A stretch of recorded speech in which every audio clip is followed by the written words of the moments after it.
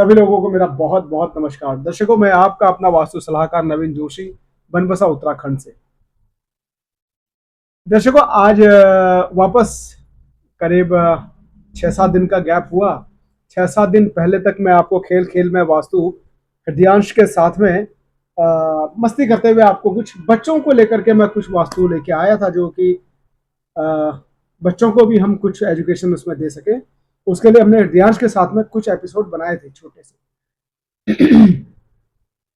तो इस बीच मेरी एक वास्तु विजिट थी मुंबई, तो मैं मुंबई चला गया था, तो हमारा आपने वो वीडियो देखी भी ली होगी वास्तु की बकुल ताऊ जी के साथ।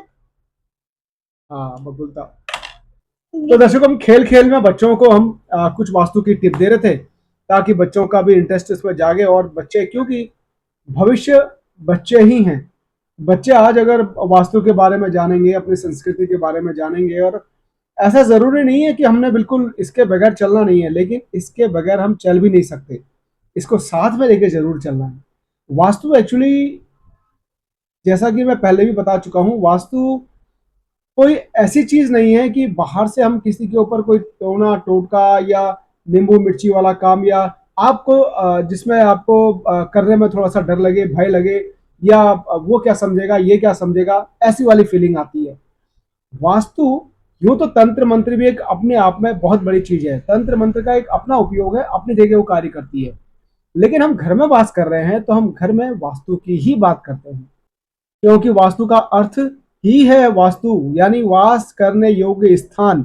जहां पर आप वास कर रहे हैं वो योग्य आपके निवास के होना चाहिए, इसीलिए उसको वास्तु कहा गया। और वास्तु पंच तत्वों से बना हुआ है। जैसे हमारा शरीर बना है, ऐसे ही हमारा घर बना हुआ है। घर को बैलेंस करने के लिए जिस तरह हम अपने बॉडी को बैलेंस करते हैं, वैसे ही हमने घर को बैलेंस करना है पंच तत्वों से।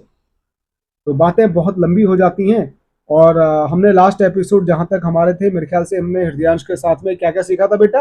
डायरेक्शन निकालना और डायरेक्शन निकालना, डिग्री निकालना। कंपास वाला। कंपास से डिग्री निकालना हृदयांश ने सीख लिया था। और डायरेक्शन सीख लिए थे, कॉर्नर सब डायरेक्शन सीख लिए थे। नृत्य कोण, वायव्य कोण, ईशान कोण, अग्नि हाँ, कोण। अग्निकोण। इन डायरेक्शनों के एट्रीब्यूट तक इसको मालूम है। और मैं अब पूछने जाऊंगा तो वापस ये एपिसोड लंबा हो जाएगा, लेकिन मैं इस एपिसोड को बनाने से पहले इससे सारी चीजें रिपीट पूछ चुका हूँ। तो इसने मुझे सारी चीजें बताई हैं, जिसमें नृत्य कोण, इनकी और इनके एट्रीब्यूट्स क्या हैं, और कौन सी डिग्री कितने की है, east west north south clockwise हम जाएंगे, और डिग्री कैसे निकालेंगे, और हर डायरेक्शन का डिग्री कितना है, ये इसे मालूम है। यहाँ तक ये इसका अभी तक इसकी जहन में वो चीज़ बैठी है जो हमने उस दिन इसको पहले ट्रेनिंग दी थी, वो अभी तक इनके दिमाग में है। तो आज आगे बढ़ेंगे। हमने लास्ट टाइम बात की थी एजुकेशन रूम को लेके, है ना बेटा? बच्चों के एजुकेशन रूम को लेकर के हमने क्या डायरेक्शन बताई थी? बच्चों की बेस्ट डायरेक्शन कौन सी बताई थी एजुकेशन के लिए? एजुकेशन मतलब पढ़ाई। पढ़ाई, जहाँ बच्चे पढ़ाई करते हैं, वो कौन सी डायरेक्शन हमने सबसे अच्छी बताई थी? नॉर्थ और ईस्ट, जहाँ पे हमको फेस करना चाहिए। हाँ, वो तो फेस की बात होगी कि हमने ईस्ट और नॉर्थ को फेस करके पढ़ना चाहिए। जैसे कि अभी मैं बैठा हूँ वेस्ट और वेस्ट में, वेस्ट साउथ वेस्ट में बैठा हुआ है, देखो अभी। तो हमने सबसे अच्छी जोन कौन सी बताई थी पढ़ाई के लिए? एजुकेशन के लिए सबसे अच्छी जोन कौन सी है? जहाँ पे बच्चों का बेडरूम होता है, वहाँ पे बच्चों का स्टडी रूम भी होना चाहिए। वेस्ट और वेस्ट साउथ वेस्ट में।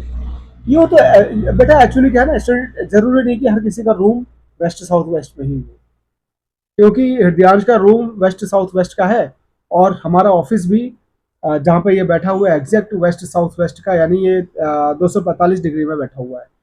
तो 245 से 270 डिग्री के बीच में हम लोग बैठे हुए हैं। और जहाँ पे आपका क्या फिर दादी और दादाजी क्या फिर अम्मा बुबू का जहाँ पे कमरा है, अगर उनके साथ सो रहे हो तब भी सो सकते हो। अच्छा, एक शब्द इसने कहा होगा, आपने सुना होगा, जो उत्तराखंड के बाहर के लोग हैं।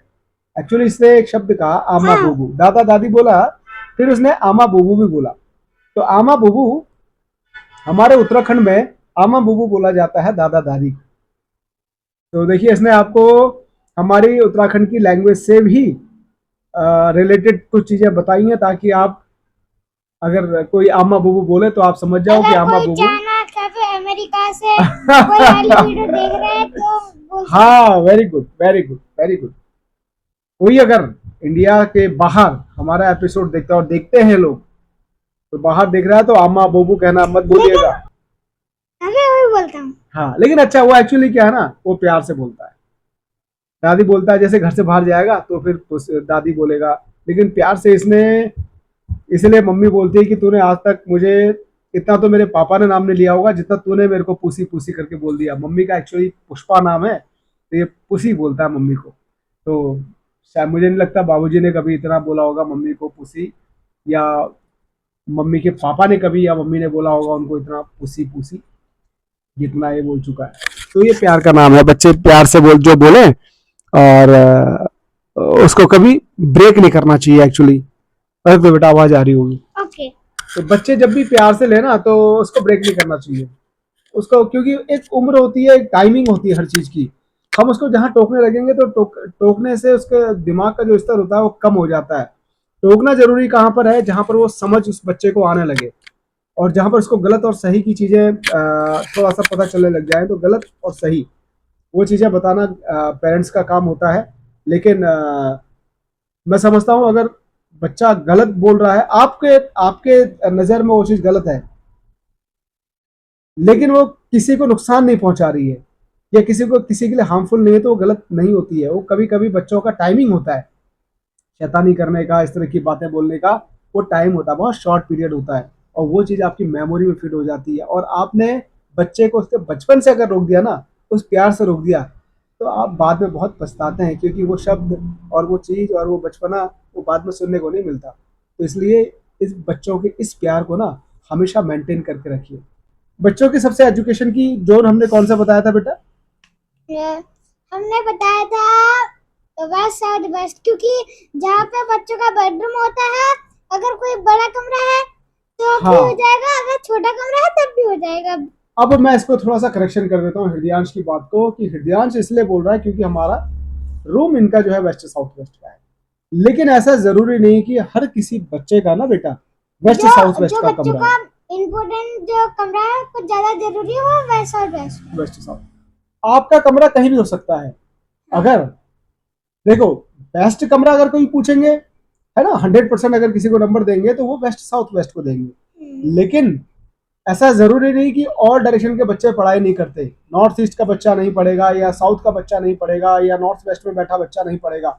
सब जगह का बैठा बच्चा पढ़ेगा, लेकिन उसकी हम वो मूव करते हैं। हाँ चेहरा फेस तो हमने पढ़ते हुए ईस्ट को करना है या नॉर्थ को करना है। अब इन दिशाओं में बैठे बच्चों का शिक्षा का स्तर, मानसिक स्तर, और वेस्ट साउथ वेस्ट में बैठे बच्चे का मानसिक स्तर बहुत अलग होगा, क्योंकि ये सपोर्टिंग का जोन है, बच्चों की एजुकेशन में सपोर्ट करता है। देखिए, एक लंगड़ा व्यक्ति है और वो बिना बैसाखी के चल रहा है, लेकिन जैसे ही उसके हाथ में बैसाखी आती है उसकी स्पीड बढ़ जाती है। वो बिना बैसाखी के तो चल रहा है, चल सकता है, लेकिन जैसे ही उसके हाथ में बैसाखी आती है उसकी स्पीड थोड़ी सी बढ़ जाती है। तो ये जो स्पीड है ना, जो सपोर्ट जोन है, वो वेस्ट साउथ वेस्ट है बच्चों की एजुकेशन के लिए। सेविंग का जोन है, लाभ का जोन है।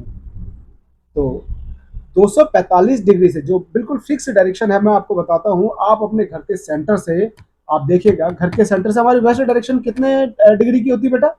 वेस्ट डायरेक्शन वेस्ट डायरेक्शन थी हमारी थी 270 270 डिग्री, है ना। और ऐसे साउथ कितनी थी?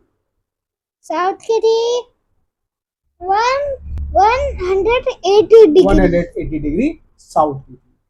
और ईस्ट की ईस्ट की थी 90 डिग्री 90 डिग्री। नॉर्थ की नॉर्थ की थी 360 डिग्री 360 डिग्री। तो इस तरह से डिग्री इन्होंने बता दी आपको। अब इसमें सॉरी, अब इसमें इन्होंने बताई वेस्ट की 270 डिग्री। वेस्ट और वेस्ट साउथ वेस्ट में तीसरा चरण और चौथा चरण, ये बहुत इंपॉर्टेंट है हमारी लाइफ में, हमारे घर में, वास्तु में, बच्चों की शिक्षा के लिए। ये सेविंग का जोन है, लाभ का जोन है, ये बच्चों की शिक्षा का जोन है। 245 डिग्री से 270 डिग्री के बीच में अगर आपका रूम आता है, तो आप बच्चों का स्टडी रूम यहाँ पर जरूर बनाएं। बच्चों का स्टडी टेबल इतनी डिग्री में आप जरूर रखें। घर के सेंटर से आप कंपास से, मोबाइल के माध्यम से या किसी भी माध्यम से चेक करके देख सकते हैं कि 245 से 270 डिग्री के बीच में आपके बच्चे का स्टडी